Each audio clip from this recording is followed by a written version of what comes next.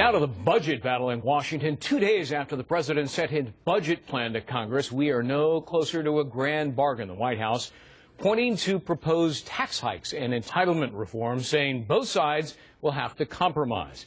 But House Speaker John Boehner says it's just not a serious solution. Take a listen. The president calls this his compromise budget, but his bottom line is this: my way or the highway. And if that's the case, I'm not very optimistic. So the president and I weren't able to reach an agreement last year because every offer he made was skewed in favor of higher taxes. This plan is no exception. Congressman Randy Forbes joins us. He serves on the House Armed Services and Judiciary Committees. Congressman, good to see you. Republicans on the Budget Committee have crunched the numbers, and they say the president budget does this. We'll put it on the screen for our viewers. $1.1 trillion in new taxes, $8.2 trillion in new debt, $964 billion in new spending. And here's the number that's critical. Only $59 billion in actual deficit reduction. In return for all of that, the president is willing to make an adjustment on Social Security's cost of living increase. He calls it a compromise. Is it? Well, Greg, it's not. And as you know, the president is too late. He got his budget in. He delayed getting it in. The House had already passed their budget. The Senate had already passed their budget. For the most part, his document's a political document, but it does three things. It shows us, first of all, his addiction to raising taxes, $1.1 trillion. And part of that, Greg, remember, is capping the deductions for charitable deductions and mortgage interest deduction.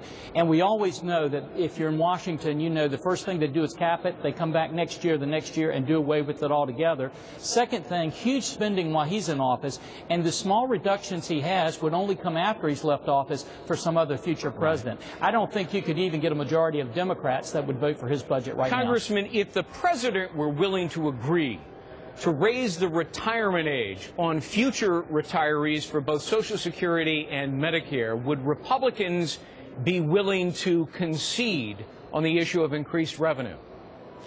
Well, as you know, Greg, you've got to have an overall package. If the president would come to the table with serious discussions, we're going to listen to anything he seriously puts on the table. But what you can't do is come back with these crumbs he's trying to do on reductions in spending and these huge hikes in taxes and expect it to be taken seriously. But if he comes up with any proposals that are serious proposals at reducing the spending we see in Washington, at trying to get a handle on our fiscal responsibility, we're going to listen to him and give that a fair hearing. You referred to huge tax hikes.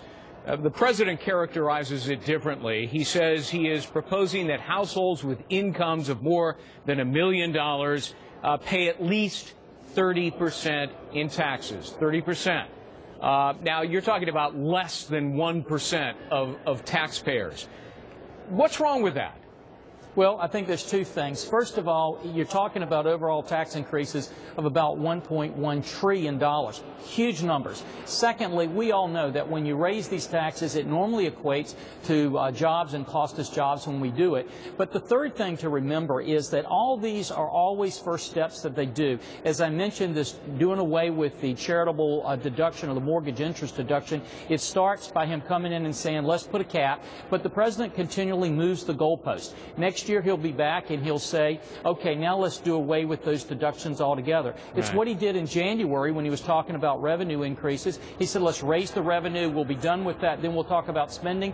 As soon as the ink was dry, he was already talking about raising more revenue. Very quickly, Congressman, I'm out of time, but the White House is admitting that interest payments are going to rise from $222 billion this year to $804 billion in 10 years.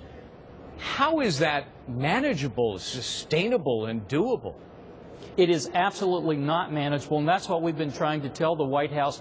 If you remember when the president did his stimulus package, $825 billion, $347 billion in interest, we told people when they did it, it would come off of the backs of national defense. If you look at the amount the president's now cut out of national defense, it's an exact overlay of what that stimulus bill was. You just can't spend money 2 and 3 times, Greg, and expect to not have to pay these huge debts, and that's what's coming back to roost for the American people. Congressman Randy Forbes, thank you very much. Good to see you. Thank you. Have a great day.